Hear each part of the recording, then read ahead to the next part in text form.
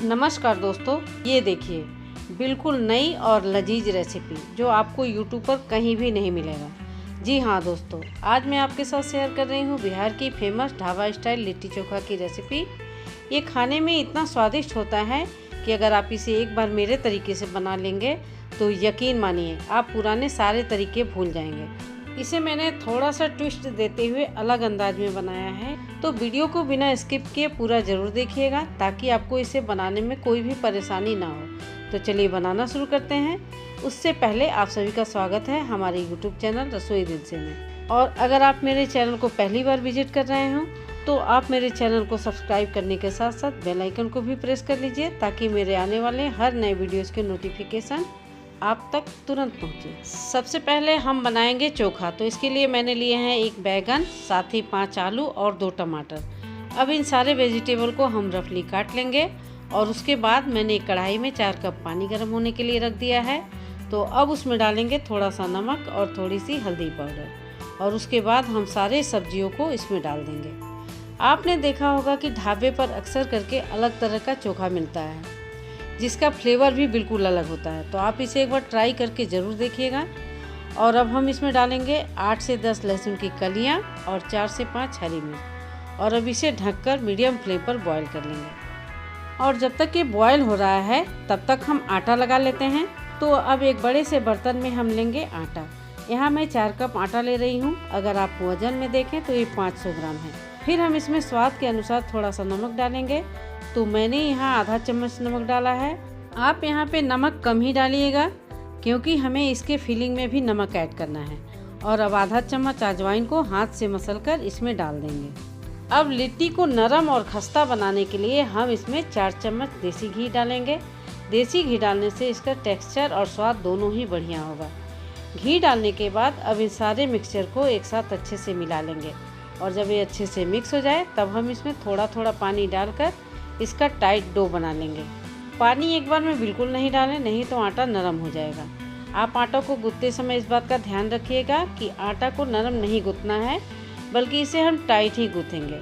अब आप देखकर समझ सकते हैं कि डो एकदम टाइट बना है। सबसे अच्छी बात यह है कि इसे गूंथने के लिए बहुत ज़्यादा मेहनत नहीं करना पड़ता है क्योंकि इसे बहुत देर तक मसलने की ज़रूरत नहीं पड़ती है।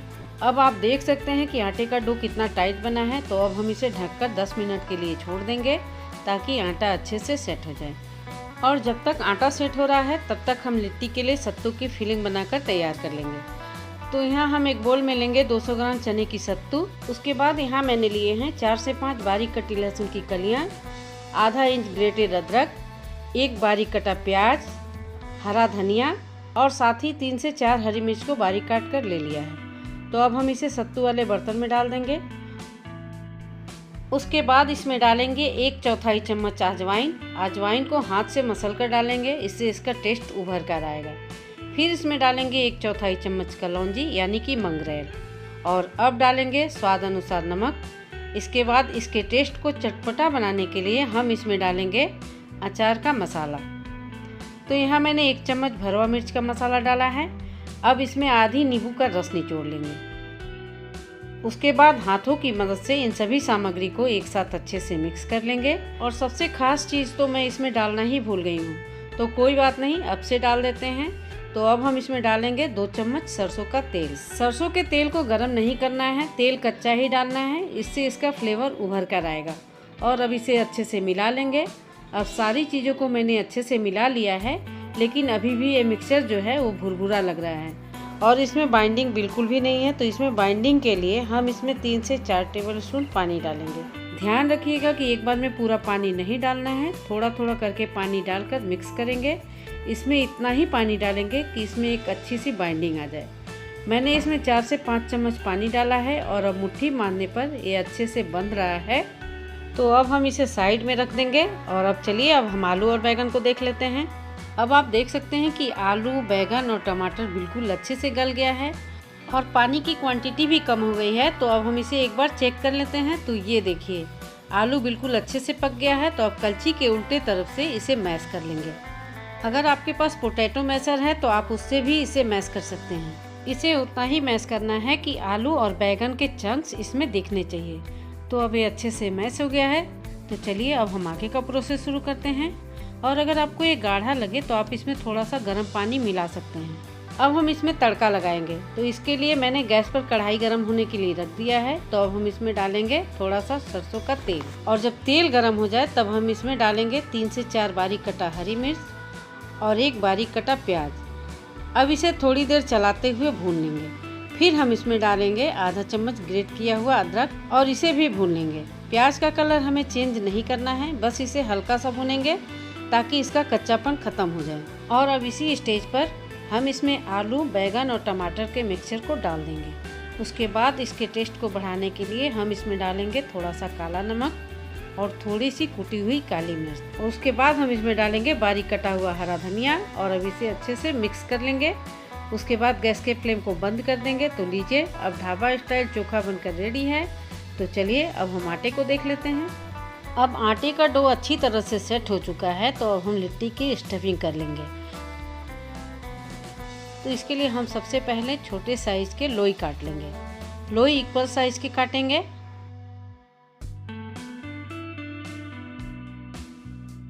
अब लोई को दोनों हाथों के बीच में रखकर ऐसे घुमाते हुए पेड़े का शेप दे देंगे। और पेड़े का शेप देने के बाद अब उंगली के हेल्प से इसे इस तरह से कटोरी का शेप दे देंगे ताकि इसके अंदर हम स्टफिंग भर सकें। इसके किनारों को ना ही बहुत ज़्यादा पतला और ना ही बहुत ज़्यादा मोटा करेंगे। और अब चम्मच के हेल्प से सत्तू वाली फिलिंग इसमें डाल देंगे और इसे इस तरह से दबाकर थोड़ा सा सेट कर लेंगे। बहुत ही आसानी से ये बन जाता है। इसके ऊपर का जो एक्स्ट्रा आटा है आप चाहें तो तोड़कर अलग कर सकते हैं या फिर इसी में इस तरह से दबाकर छोड़ सकते हैं। और इसमें जो हल्का सा क्रैक्स दिख रहा है इससे लिट्टी और भी बढ़िया बनेगी। अब इसी तरह से हम सारी लिट्टियों को सेम तरीके से तैयार कर लेंगे। तो यहाँ मैंने सारी लिट्टी की स्टफिंग कर ली है। तो अब हम इसे पका लेंगे। तो लिट्टी पकाने के लिए मैं यहाँ लिट्टी मेकर का यूज़ कर रही हूँ। तो मैंने इसे प्री हीट कर लिया है। अब सबसे पहले जाली को ऑयल से ग्रीस करेंगे ताकि लिट्टी इसके ऊपर चिपके नहीं। अब इसके ऊपर एक एक करके लिट्टी को पकने के लिए रख देंगे। लिट्टी को थोड़ा दूरी बनाकर रखें ताकि एक दूसरे से चिपके ना। अब एक एक करके सारी लिट्टियों को रखने के बाद इसे ढककर मीडियम फ्लेम पर 5 मिनट पकाएंगे। 5 मिनट से पहले आप ढक्कन को ना हटाएं। अब 5 मिनट हो गए हैं तो लिट्टी को दूसरी तरफ से पलटेंगे। बहुत ही सावधानी से आप इसे पलटिएगा। और अब एक बार फिर से इसे ढक देंगे और मीडियम फ्लेम पर 5 मिनट फिर से पकाएंगे। और हर 5 मिनट के बाद ढक्कन हटाकर इसे उलट पुलट कर अच्छे से सेक लेंगे। अब आप देख सकते हैं कि लिट्टी के ऊपर क्रैक्स आने लगा है। इसका मतलब लिट्टी अच्छे से पक रहा है। और अब गैस के फ्लेम को हाई करेंगे और हाई फ्लेम पर फिर से ढककर 5 से 7 मिनट के लिए पका लेंगे ताकि लिट्टी के ऊपर एक बढ़िया सा कलर आ जाए। अगर आप इसे लगातार मीडियम फ्लेम पर बनाएंगे तो क्या होगा कि लिट्टी हार्ड हो जाएगा, जो खाने में अच्छा नहीं लगेगा। और अब लिट्टी अच्छे से पक गया है और इसका कलर भी आप देख सकते हैं कि कितना बढ़िया आया है। तो इसके ऊपर जो क्रैक्स बना है उसे देखकर आप समझ सकते हैं कि लिट्टी अंदर तक अच्छे से पक चुका है। तो अब इस स्टेज पर गैस के फ्लेम को बंद कर देंगे और इसे एक बड़े बर्तन में ट्रांसफ़र कर लेंगे। इसे मैंने 30 मिनट में पकाकर तैयार कर लिया है। और जब लिट्टी हल्का ठंडा हो जाए तब चाकू के हेल्प से इसे काटकर 2 पार्ट में डिवाइड कर लेंगे। आप चाहें तो इसके 3 पार्ट भी कर सकते हैं। अब सारे लिट्टी को मैंने काट कर ले लिया है। तो अब हम इसके ऊपर से डालेंगे 12 से 15 साबुत हरी मिर्च और करी पत्ता। और अब एक कढ़ाई में डालेंगे 3 से 4 चम्मच देसी घी। और अगर आप चाहें तो इसे रिफाइंड ऑयल से भी बना सकते हैं, लेकिन सच पूछिए तो बिना घी के लिट्टी चोखा मज़ा नहीं देगा। और जब घी मेल्ट हो जाए तो इसमें डालेंगे आधा चम्मच राई। उसके बाद इसमें डालेंगे कटा हुआ लिट्टी। और लिट्टी डालने के बाद इसे मीडियम फ्लेम पर लगातार चलाते हुए भून लेंगे।